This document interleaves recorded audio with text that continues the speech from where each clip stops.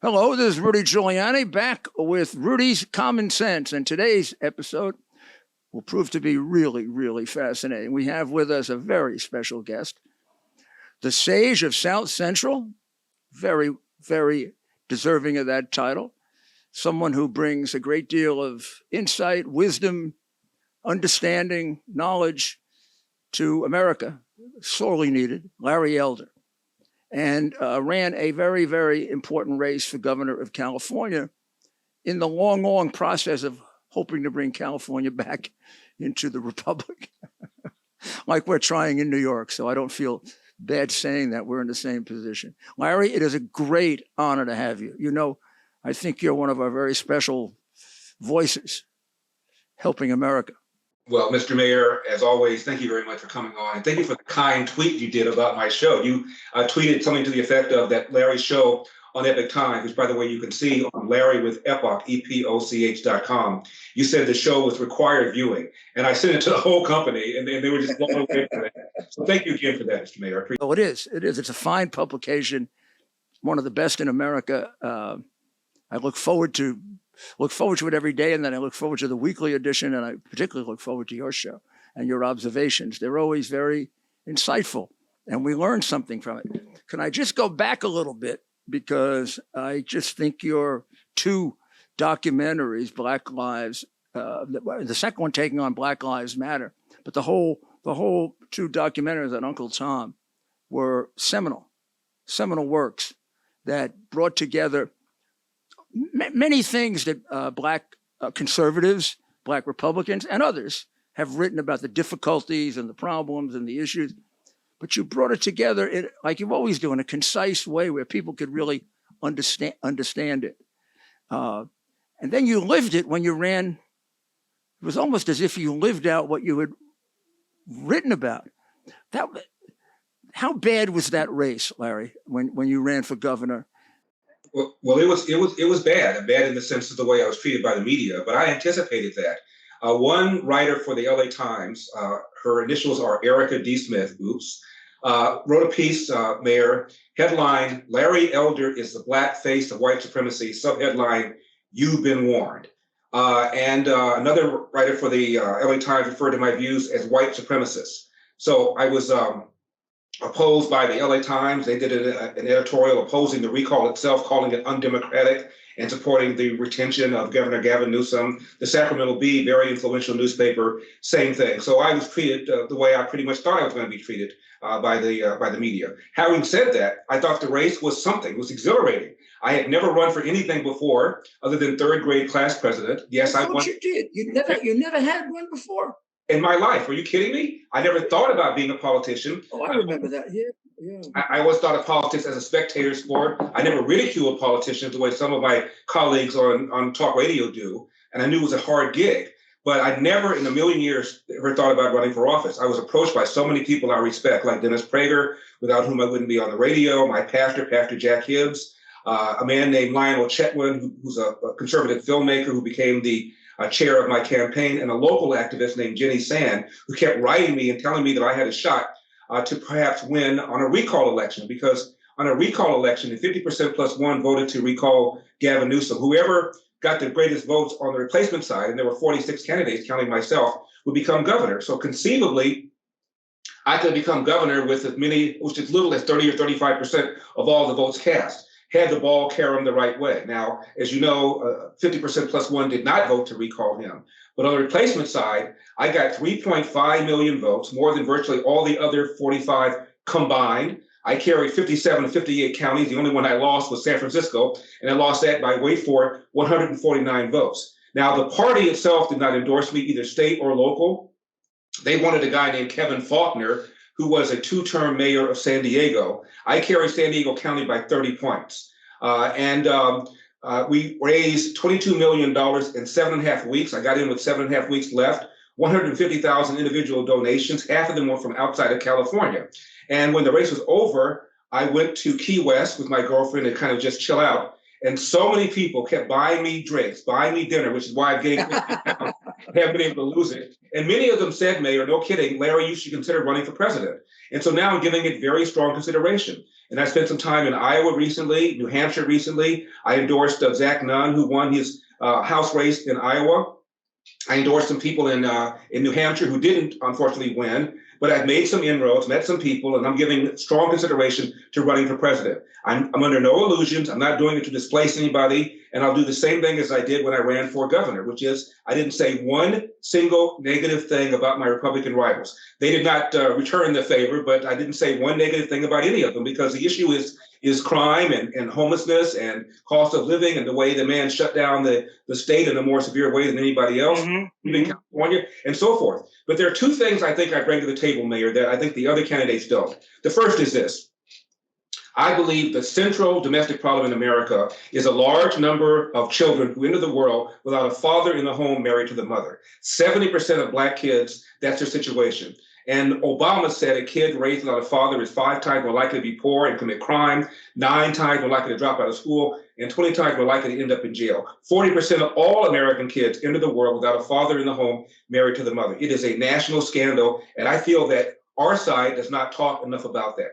The second thing is this, Mayor, this nonsense about America being systemically racist. When Obama got elected, he got a higher percentage of the white vote than John Kerry did 4 years earlier. When he entered the White House, he had a 70% approval rating, even though he only won with a little more than 52% of the vote. Why? Because so many people who didn't vote for him nevertheless said, okay, I don't want this healthcare thing. I don't want this strength through peace thing. I want somebody who, however, will be a racial reconciliator. And they thought at the very least, Obama would put a fork in the notion that America is systemically racist. And so when he entered the White House, the majority of Blacks and whites thought race relations would improve. When he left, both Blacks and whites thought race relations got worse because every time he had a chance to say something conciliatory, he went the wrong way, whether it was the Cambridge police acted stupidly. If I had a son who looked like Trayvon, mentioning Ferguson to the United Nations, even though Ferguson was a fraud, embracing Black Lives Matter, saying that racism is in America's DNA. He picked up the race card and played it time and time and time again. Why? Because a politician in Obama knows that in order to get 95% or so of the Black vote, you have to get Black people angry and believing that America is systemically racist. So he's made things worse. I want to talk about the fact that America is a country of hopes and dreams and ambition. If you work hard today in America, no matter your race, no matter your religion, no matter your sexual orientation, you can realize your God-given potential to the extent that no other country in all of human history can offer. My father never knew his biological father, so it's not a death sentence. He cleaned toilets for a living, 2 full-time jobs. He started a little cafe in his late 40s. When my dad retired at the age of 82, Mayor, he was slightly under a net worth of $1 million. And he was a lifelong Republican. And a Marine, right? And a Marine. He was a sergeant Marine in charge of cooking for the colored soldiers. And when he got out, he tried to get a job as a cook. And he was told in Chattanooga, where he married my mom, we don't hire N-words. Wow, I want to ask you so many questions. How did he not, I hate to get off the point, but how did he not, how was he not bitter? So many people become bitter reading about you and reading about him. He obviously was just the opposite of that. Well, that generation did not become bitter. My father was a God believer. My father was a patriot. As you mentioned, he joined the Marines. My father was somebody who believed in hard work, entrepreneurship, and in family. And that is why I did Uncle Tom and Uncle Tom 2, which, by the way, you can see on UncleTom.com, to show. Please see it. It's fabulous. After slavery, despite Jim Crow, despite cross burnings, despite KKK, despite all the obstacles, Black people kept moving forward. Why? Because of belief in God, a belief in patriotism, even if America was not living up to its ideals, a belief in entrepreneurship, and it was rare for a Black kid to be born to a home where the father was not married to the mother. It was extremely unusual. In fact, Mayor, a Black kid during slavery was more likely to be born under a roof with his biological mother and biological father than today. And what's happened, the reason I did Uncle Tom 2 is to show all of those things I mentioned, belief in God, belief in patriotism, belief in entrepreneurship, are all under attack by organizations like Black Lives Matter, which is co-founded by self-described trained Marxists. Marx, of course, was an atheist who wanted to dethrone God. Marx did not believe in capitalism, let alone entrepreneurship. And on the Black Lives Matter website, they attacked the nuclear family. So all of these things are under attack by people that have, in my opinion, subverted the civil rights movement and altered it from one that sought equal rights to one that seeks equal results, and no one is entitled to equal results. So we talk about the infusion of communism and Marxism and collectivism into the righteous civil rights movement that has tortured it and turned it into something that was very different than what Martin Luther King really wanted. With the recent rulings of the Supreme Court, with things moving somewhat more in the direction of common sense and respect for the Constitution, these didn't happen in a vacuum. It took an awful lot of work and an awful lot of support from many, many people. And Patriot Mobile was there, right there in the fight from the very, very beginning. Patriot Mobile is a Christian, conservative mobile phone company that will give you the same good service all the other companies give you. In fact, they'll even be somewhat more sensitive to the difficult times we're living in now, the terrible inflation that's been put upon us by the very, very left-wing government that we have, and have deals for you that should help you to get through. Plus, you will know that the money that you're spending is being used for causes you believe in, to protect your right of free speech, to protect your right of freedom of religion, to protect your right to defend yourself in your home or defend yourself and your family, to protect your right to have a fair trial and have counsel, and all of these things that have always been part of America but seem to be under siege right now. So go to patriotmobile.com/Rudy, patriotmobile.com/Rudy. If you're a veteran or a first responder, you get special deals. And you deserve special deals because you do something very, very important. You put your life at risk to protect us. So, patriotmobile.com/Rudy. That's patriotmobile.com/Rudy. Do it now. I think that's an excellent analysis. And of course, your second documentary takes that up very, very clearly and shows how Eric Mann was the mentor for Patrisse Cullors. And I'll tell you one thing about Patrisse Cullors, whatever else you think about her, she's honest. She tells you straight out, I mean, none of this fooling around. I'm not really a Marxist. I'm a socialist. She said, I'm a trained Marxist, dedicated, trained Marxist and communist. So we know what we're dealing with, except nobody wants to accept it on their side. I mean, I remember when Black Lives Matter first emerged, I went and read about it, and they had on their website then their second goal was to break up the nuclear family and particularly get rid of fathers. Now, I in New York, there's a very, very big movement that was very successful, and it helped bring down crime because we encouraged it, particularly of Black police officers fathering children who don't have fathers. And we got some wonderful results with that. And then they would get friends of theirs to do it. And then they brought white police officers in. And just the thing they needed was fathers. It was almost as if you wanted to destroy the poor Black community by getting rid of whatever fathers were there. And what's pathetic about this is you could argue that the 3 or 4 biggest, most influential so-called Black leaders in America are Barack Obama, who was raised without his biological father, did not see him, last saw him when he was 10 years old, wrote a whole book about it, that the pain this caused him.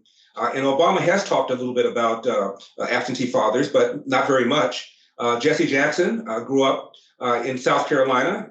His mother was a teenage mom who got impregnated by the married man who lived next door. And Jesse Jackson was teased. Jesse ain't got no daddy, Jesse ain't got no daddy. Yet he rarely talks about that. Al Sharpton had a nice middle-class life until his father ran away with another woman, and then down to the hood he went. Louis Farrakhan, his mother was estranged from her husband, had a boyfriend, briefly took back up with the husband, got pregnant, didn't want the boyfriend to know, and tried to abort Louis Farrakhan with a coat hanger. And my point is, these are 4 major so-called Black leaders in America, and they rarely talk about the number one problem facing the Black community, which is a large number of kids, as I said, who entered the world without a father in the home married to the mother. They're always talking about racism, racism, racism. This is a far, far bigger problem than the racism that remains in America. And the racism that remains in America is minor. I'm not saying all cops are good, but they should be dealt with on a case-by-case basis. It is far less than 1% of bad cops. In fact, more unarmed whites are killed every year than unarmed blacks, but we don't care about it when an unarmed white gets killed. When an unarmed black person gets killed, in comes CNN, in comes Van Jones, in comes MSNBC, and so forth, and giving the false impression that the police are engaging in systemic racism against black people when they are in fact are not. You know, there was when the riots came to New York back in 2020. And I remember going on television and they were saying, well, you know, the New York City Police Department has always had a problem with racism.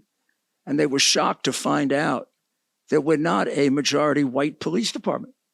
Haven't been since the third year I was mayor. Now, I didn't do that all myself. That was a 10-year effort that goes back to Ed Koch, David Dinkins, and me to make it a minority police department. No one group dominates the police department. And the number of racial incidents we've had every year as we reduce crime, instead of going up, they went way down. Of course, the ones that happen are monumental. So if you have one, it looks like you had 50. But the reality is the police department in New York, under Bratton, Safer, Bernie Kerik, and Kelly, all four of them were very, very tough on that. And they pushed it out of the department. It's not there anymore. Maybe there's a cop here or a cop there or a cop here, but it's very, very rare.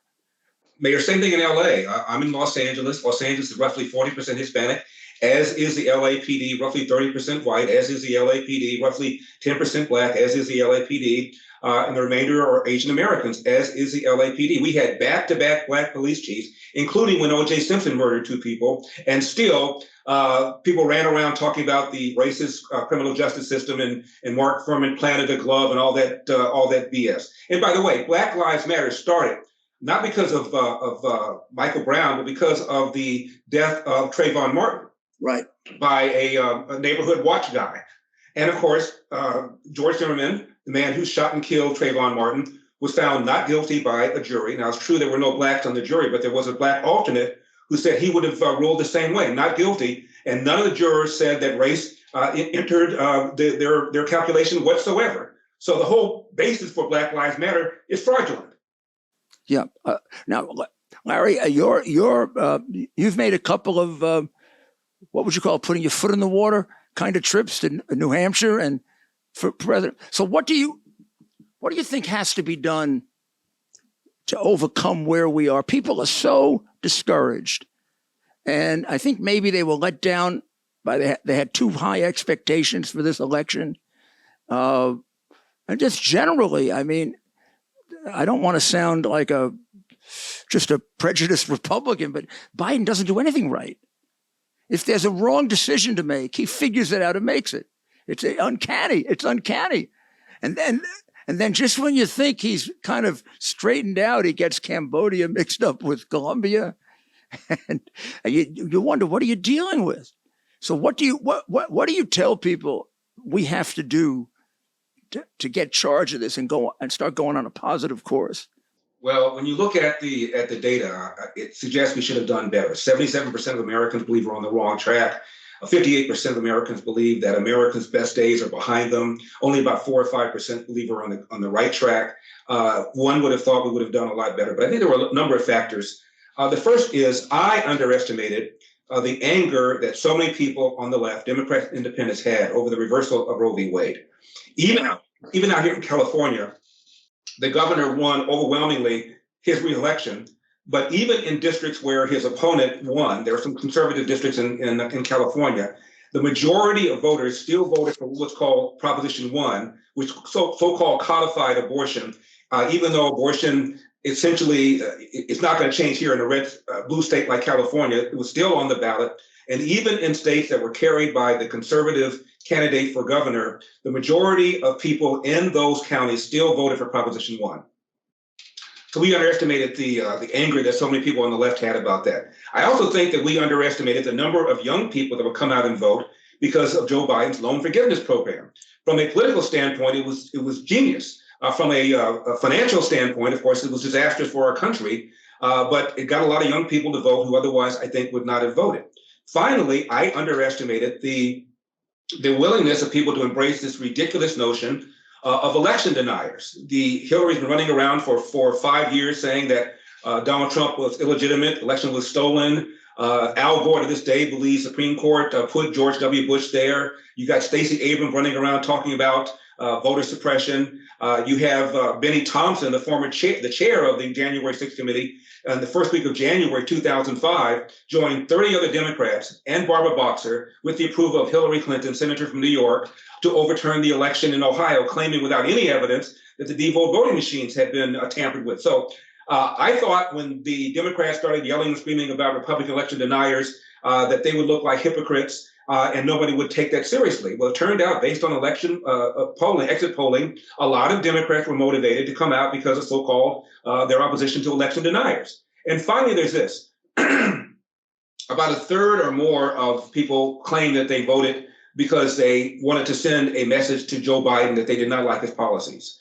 But about as many came out and said they voted to send a message to Donald Trump, even though Donald Trump was not even on the ballot, had not been in office for 2 years. I think we underestimated the anger, hatred that people have towards this man. Unfairly, in my opinion, it's almost pathological, but that's neither here nor there. It exists, and we need to address that. And you look at some of the candidates that Donald Trump endorsed, the ones that were perceived to be strong election deniers, they did not do well. And for the first time, a greater percentage of Republicans support Ron DeSantis as a nominee in 2024 than Donald Trump. It's something that we need to deal with, particularly suburban women. They just hate this man with an intensity, the likes of which I've never seen. I thought people hated Ronald Reagan on the left. I thought they hated George W. Bush because of the Iraq War. I've never seen anything quite like this. Not long ago, Mike Lindell, the inventor of MyPillow, and his team fit me for my very own MyPillow. They also introduced me to their wide assortment of other incredible products, like their mattress topper, their sheets, towels, slippers, and more. Sleep is incredibly important to me, and I can assume for all of you. It's time you give MyPillow a try and see for yourself. Listeners have helped build MyPillow into the incredible company it is today, and Mike Lindell wants to give back to all of you. You can get great discounts on MyPillow products by going to mypillow.com right now and seeing each of the specially priced items, including those in the radio listener special square. You're going to see rotational offers up to 66% off on products like their pillows, mattress topper, Giza sheets, but also new products like their slippers, weighted blankets, robes, and waffle blankets. All MyPillow products come with a 60-day money-back guarantee. Enter promo code RUDY for these great specials. That's mypillow.com and use the promo code RUDY. Yeah, probably the strength of his personality and the way in which they've been able to frame election denial as being almost a traitor. And the reality is, I watched 2,000 Mules a couple of times, and of course, you get to analyze it as part of the group. And it's based on substantial evidence. It's not a conspiracy theory. It's not a fantasy. There's substantial evidence that a lot of fraud went on in that election. Now, you got to have a lot of discipline and a real investigation to determine, did it affect the outcome or not? But there's enough there so that people saying that are hardly irrational. They're saying something based on facts. I have in my den over 300 affidavits from people in Pennsylvania that observed one act of fraud or 1,000. I mean, I've added them up. I mean, it comes out to about, if you counted all of those, he would have won by 300,000 votes, which is about where 2,000 Mules came out. Well, that's right. And you don't even have to go there to know that the suppression of the Hunter Biden story clearly cost Donald Trump the election. There was a study by the Media Research Center that found 15% of Biden voters say, had they known about that story, they would not have voted for Biden. You got the $419.5 million that Mark Zuckerberg spent, I think, illegally to get out the Democrat vote. And you have people like Alan Dershowitz and Jonathan Turley, who are not conservatives. They're respected professors, both of whom thought that the use of COVID to alter rules and regulations in Pennsylvania meant that Donald Trump was going to win the lawsuit. The Supreme Court would take it up, and Alan Dershowitz predicted that Donald Trump would win that lawsuit. Now, he was wrong. But my point is, these are respected people that thought there were all sorts of shenanigans that took place in Pennsylvania. One more thing, Mayor. The 1,000-page report on the 2016 election done by the Senate made two major conclusions. Number one, the Russians tried mightily to change vote tallies in 2016, and Jay Johnson, the DHS secretary, testified under oath, they failed to change a single one. Yet 66% of Democrats, according to a YouGov poll, believe the Russians, quote, changed vote tallies, close quote, to elect Donald Trump. The second major finding was that we don't know whether or not the Russian interference altered the outcome of the election or altered public opinion. 78% of Democrats, according to Gallup, believe that the Russian interference, quote, altered the outcome of the election, close quote, in 2016. In other words, a greater percentage of Democrats believe 2016 was stolen than we feel about 2020. Call them election deniers. The whole thing is so fraudulent and hypocritical. Again, I did not think it was going to resonate with voters, but it did. You know, and when you think about it, their theory has now been proven to be a fraud that was paid for. And the other, there's more and more evidence coming forward that there may be something to it. But how do we deal with what happened in 2020 so it doesn't happen again? You can't just, there's a Republican that was elected in New York, Santos. He's a young man, and I think he's naive. And he says, oh, we should forget about this. We should just talk about inflation. We should talk about foreign policy. We should talk about things that affect American people. And they don't want to hear about 2020 again. Well, they may not. But if we bury it, we're bound to relive it. I mean, if we don't confront what happened, find out, and make the changes that are necessary, we're gonna have another election stolen at some point. You can't put a crime of that magnitude behind you and just let it kind of rest in American history. So how do you confront it? How do you deal with it, but not turn the electorate off? Well, that's going to be a challenge because I agree with you. It's all the things that happened in Michigan, the things that happened in Wisconsin. You got the Chief Justice of the Wisconsin Supreme Court filing a dissent in a 4-3 case. Donald Trump lost the lawsuit, but 4-3, claiming that all these drop boxes never should have been put there. And going forward, the Supreme Court in Wisconsin has ruled that they are illegal unless they are put in a voting precinct. You have in Michigan, the Secretary of State used COVID to send mail-in ballot applications to every voter, whether they requested one or not. And again, Donald Trump lost that lawsuit, but the Michigan Court of Appeals, 2-1, one judge filed a dissent and said it was illegal for what the Secretary of State did. So these are 3 states alone: Michigan, Wisconsin, Pennsylvania, where there were at best shenanigans, at worst illegalities. We're supposed to ignore all of that? I don't think you can, but you still have to win elections. And one of the things that we failed to do is to get our handles on this early voting that the Democrats have done. We have to recognize that those are the rules in many of our states, like it or not. We need to deal with that. We need to deal with ballot harvesting. We don't like it, but we need to start dealing with that. And we need to tell women that after the reversal of Roe v. Wade, abortion has not been illegal. It just goes back to the states where it was for the first 150 years or so of our republic. What's wrong with that? Isn't that what you want? For it to be a local issue decided by your state legislatures and through your votes. So a lot of people on the left believe that the reversal of Roe v. Wade meant that abortion was going to suddenly become illegal. And I don't think that Lindsey Graham did us any favor.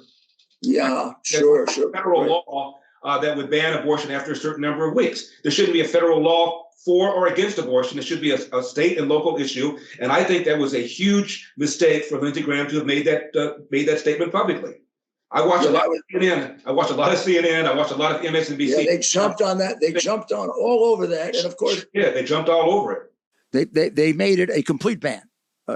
He wants to ban abortion.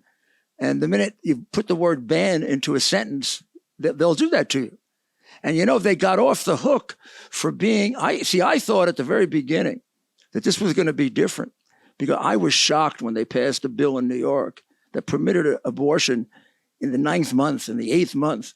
And Larry, do you know when they passed it, they got a standing ovation, and then they had a party? I just thought it was like inhumane and indecent to have a party. Those are babies, 7, 8 months, 9 months. You're crushing their skulls, and you cheer it. You cheer for it. And I thought, if we could focus it on their extremes, the slippery slope that we always worried about happened. And then we had the governor in Virginia talking about, maybe negligently, but talking about maybe a little time after birth, the mother gets a chance to kill the baby. I mean, we're becoming insane when we talk about that. But we never got the focus on that. Well, you're right about that. When I ran for governor, Texas passed the so-called I remember you did. fetal heart bill law, and I said, they kept asking me about how I felt about abortion. And I said, this is California. No matter how I feel about abortion, and I'm pro-life, nothing's going to change. But they kept asking me. And I said, well, ask my opponent, Gavin Newsom, at what point does he feel the pregnancy has gone so far that it's murder? And they would not ask him. Well, Proposition 1 does exactly what you said, which is, to me, allow a abortion up to the moment of birth, if not afterwards. And again, it passed with a greater margin in California than the margin by which Governor Gavin Newsom won re-election. It's insane. But we don't talk enough about their extremes. Now, I read an article in the New York Times that said in the first 2 months after the reversal of Roe v. Wade, there were 10,000 fewer abortions than one would have expected to have taken place over that period of time. My pastor and I were talking about that the other day. And I said, well, if the cost of 10,000 lives saved is that we don't do as well in the midterms as we thought, that's a price I'm more than happy to pay. Isn't that right? Isn't that right? That's a very, very good observation, Larry. Excellent observation. So are you developing a platform? In other words, what are the main things you're saying to people?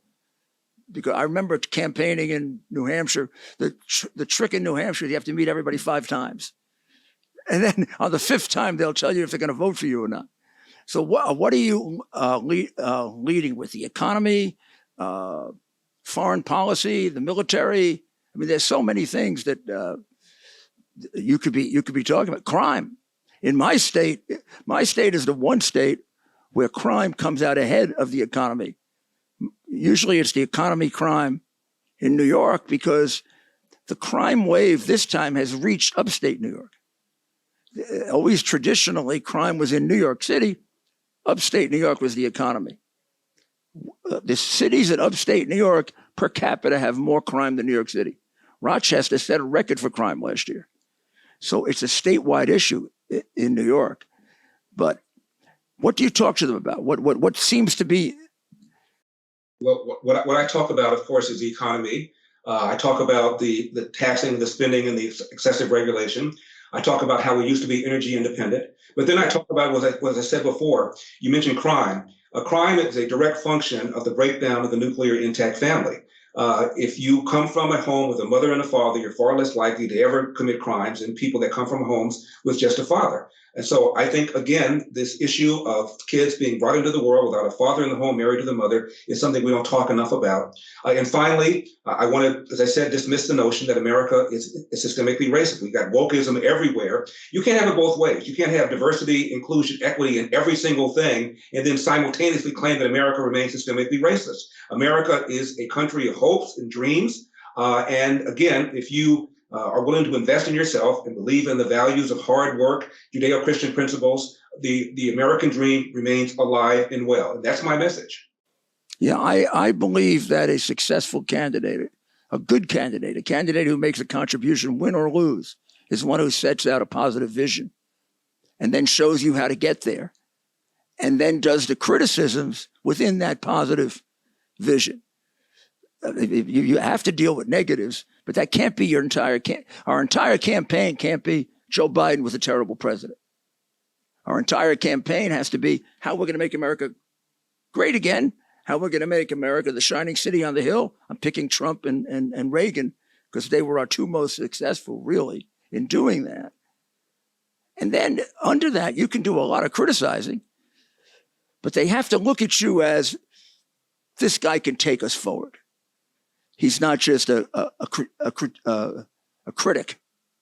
You know, there are think tanks on the left, like the Brookings Institution, and on the right, like the American Enterprise Institute, and they disagree about almost everything. But they agree on what you have to do in order to escape poverty. Number one, finish high school. Number two, don't have a kid before you're 20 years old. Number three, get married before you have that kid.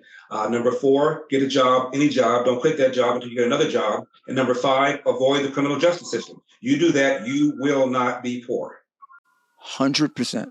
100%. I used to say, when I became mayor of New York, I instituted workfare for everyone on welfare. And then I even instituted it for young people who were getting free college educations, but weren't working, and they were over 18. So I made them work part-time. They got very upset, and I went to meet them in my old high school in Brooklyn, Bishop Laughlin High School, which has now become a minority area. And I was very popular there until I became the mayor. So I went there and I did what my father used to do. I said, someday you're going to thank me for making you work. And they booed me out. I said, because I can give you the work ethic, I've accomplished everything. If you have inside yourself the desire to get up in the morning, go to work, everything's going to come together. One of the things that makes me, feel wonderful, and I can put up with anything, pretty regularly I get people that come up to me and thank me now, 20 years later. Just had it a couple of days ago, white, black, just come up to me and say, thank you. If it wasn't for you, I wouldn't have my little business, because you kicked me off welfare. Somebody had to do it. And I knew it would work. See, your father's always right. I know my father was right about that. My father always told my brothers and me, hard work wins. You get out of life what you put into it. You cannot control the outcome, but you are 100% in control of the effort. And before you complain about what somebody did to you or said to you, he said, go to the nearest mirror, look at it, and say to yourself, what could I have done to change the outcome? And finally, my father said this, no matter how hard you work, how good you are, sooner or later, bad things are going to happen to you. How you deal with those bad things will tell your mother and me if we raised a man. And my father was a lifelong Republican. He said this about the Democratic Party. Democrats want to give you something for nothing. When you try and get something for nothing, you almost always end up getting nothing for something. Larry, what do you think of my idea that I dreamed up in the middle of the night, that if they're going to change names because of associations with slavery, we got to take down Thomas Jefferson High School or even George Washington High School, shouldn't the Democrat Party have to change its name? Absolutely. It's the party of slavery, the party of the KKK. Democrats founded the KKK. I'm not saying the Democratic Party did, but Democrats did. It was once called the terror wing of the Democrat Party. Dinesh D'Souza found that virtually every single slave owner was a Democrat, with the exception of a handful who used to be Democrats became Republicans. It's a party of Jim Crow. It's a party of George Wallace. It's a party of Orville Faubus. Remember, Eisenhower had to send federal troops to integrate that Little Rock public school because the racist Democrat governor refused. This is what we're talking about here. So if anything, the Democratic Party ought to be paying reparations. And Joe Biden's best friends, Byrd and right, wasn't he the head of his clan in his area? Yeah, he was a Kegel, which means a recruiter for the Klan. So he wasn't just a regular foot soldier. He was a recruiter for the Klan. They're called Kegel. I think they have to change their names. like the Redskins and everybody. They have to.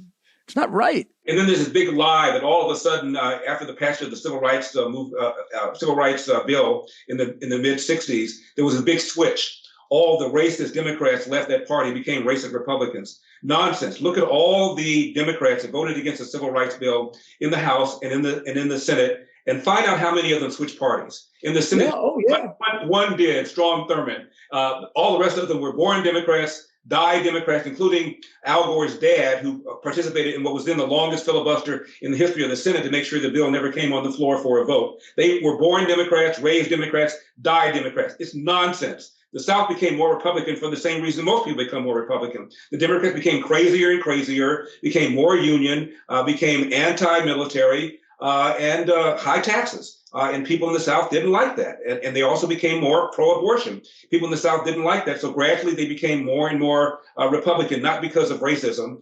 It was because of all those issues that I mentioned. But that's the narrative that the Democrats have taught people in school, that all of a sudden the racist Democrats woke up and decided they wanted to become Republicans. Nonsense. Well, how serious are you about about the race, because I find this is really interesting and very exciting, because you can have a big impact on what the topics are that get put forward, and with your ability to talk, articulate, get it very concise and powerful. Unfortunately, not all of our candidates are. Some of them are great, but some of them are a little challenged. Well, I'm a little more adept than John Fetterman, but that's kind of a low bar. You ran for president, and one of the things you were able to do was to get on the debate stage and make your arguments, and I think you had an impact on the election. And at the very least, that's what I want to happen. I'm very serious about this. I've been to Iowa a number of times, as I mentioned. I've been to New Hampshire. I'm going back. And I'm very serious about this. And if I decide to do it, I'll make my declaration sometime early next year. But I think at the very least, I can get on the debate stage and talk about the economy and inflation and gas prices and the borders, of course, but also talk about those two other issues that I said earlier, the breakdown of the family and the nonsense that America is systemically racist, and to point out that the dream is still alive if you're willing to work for it and if you believe in America's Judeo-Christian values. Ever want to talk about New Hampshire between Dr. Maria? She's a native of New Hampshire. In fact, they asked her to run for the Senate a couple of years ago. She was president of a hospital in New Hampshire, Cottage Hospital, and the number one CEO of rural hospitals in America for 7 years in a row. So she's quite famous in New Hampshire. We spent a lot of time there. At the end, it's really a shame. And I have to get just one thing in. There's no excuse for McConnell not sending the general. He only had $2 million. $40 million against $2 million. And then they say, well, he had no chance. That's why he had no chance. And he just decided to take money out of New Hampshire, take money out of Arizona. And there's no way to know if we put the money in, if we couldn't have won one or two of those. Yeah, Blake Masters, I talked with him. He was very disappointed at the lack of support. But, Mayor, we have a bigger problem, and that is that we are being outraised, outfunded, outgunned by the left. I just had Richard Viguerie on my show, and he pointed out in the last 20 years, there have been more than 20,000 single-issue left-wing nonprofits who filed for tax-exempt status, 20,000, versus between 1,000 to 2,000 single-issue conservative nonprofits. And in the last 20 years, the liberal nonprofits have outraised the conservative nonprofits 700%. I got outspent almost 10 to 1 in my race in California. Herschel Walker got outspent about 3 or 4 to 1. We're being outspent, outgunned. And that's because the passion is on the left. If you think people on the right are not just wrong, but evil people, that can be a very animating force. We don't think of that way of people on the left. We think they're wrong, ill-informed, need to be better educated, but we don't hate them. We don't think of them as evil people. So we're not motivated the same way people on the left are motivated to come against us on the right. And we may be underestimating the danger we're in by a lot, because I really do think our republic is in danger. And there should be more. We should take it more seriously. I mean, we should be outraising them, given what's been done to our rights. We actually should take it more seriously. Yeah. I have a long-time friend I've known over 40 years. I was very close to my late brother, but this man, my friend, I chose to be the best man at my wedding when I was married some 30-some years ago. He has a son with special needs, and he is convinced that Donald Trump, quote, mocked a disabled reporter, close quote. And I told my friend he did not. I wrote him a long letter. I enclosed a website called Catholics for Trump, which shows Donald Trump making that gesture that he made to mock that reporter. The gesture he used to mock himself once, he used it to mock a able-bodied general. It's a gesture that Donald Trump used to mock the reporter's retreat from a story that he had written. And I wrote my friend a 3-page letter. I linked that website, and my friend still maintains that Donald Trump mocked a disabled reporter. By the way, there was a poll in 2016 of likely voters, and the number one reason they gave for disliking Donald Trump was that he, quote, mocked a disabled reporter, close quote. He did no such thing. And my friend got a perfect score on his SAT, close to a perfect score on his LSAT. He's a law professor, and it didn't matter. And I had an epiphany. My epiphany was, once you are invested into hating Donald Trump, you don't want to unhate him. So no facts mattered.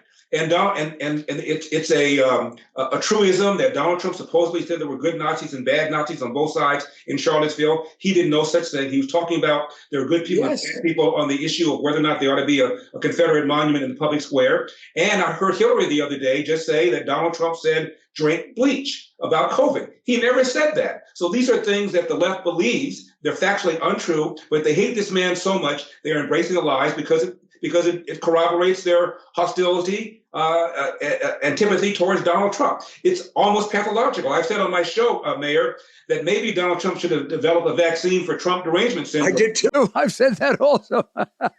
But it is true. It's different than I work for Ronald Reagan. It used to hurt me greatly when they would say I wrote speeches for him. And he would contribute to those speeches. He was a darn good writer. And they would, I tell people when they say, his intelligence, whatever, say, read his letters to his wife. He wrote them all himself. And you can see what a good writer he is. It used to hurt me when they'd make fun of him, but it was nothing compared to what they do to Trump. Or me, when I was mayor of New York, every day the New York Times would find something I did wrong. But I would take that now in a second.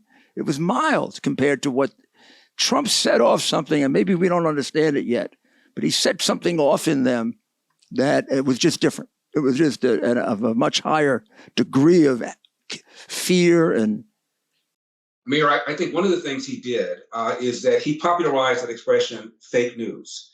And the media is livid over that. They also recognize that they made Donald Trump president because they kept putting him on in the primary season. CNN had him on, MSNBC had him on all the time because every time he was on there, their ratings went up. They thought of him as a joke, as a caricature. They thought he had no shot, which is why they kept putting him on. And they realized that they created a monster.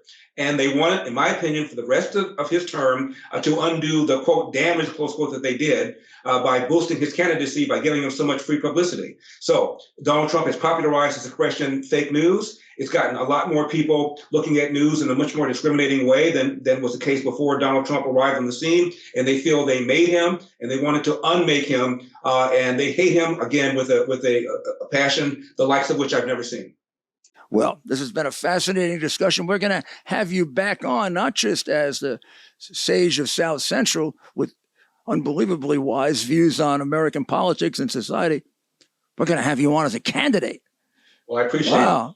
And because tell people throw a little something in the tip jar. I've got a pack called elderforamerica.com, elderforamerica.com. Throw a little something in the tip jar. And tell them how to get your show. You can get my show by going on larrywithepoch.com, EPOCH, larrywithepoch.com. And you can watch the documentaries by going to uncletom.com. Well, do all of that. You'll be very, very enlightened. And this was a very enlightening interview, and I really appreciate it, Larry, and I wish you well. And anytime you want advice from somebody who's been through it, I'm available to you. Okay. All right. When the phone rings, pick it up. I'm going to be calling. Thank you so much. God bless. I just think you'll make a great contribution. God bless you. God bless you. Thank you.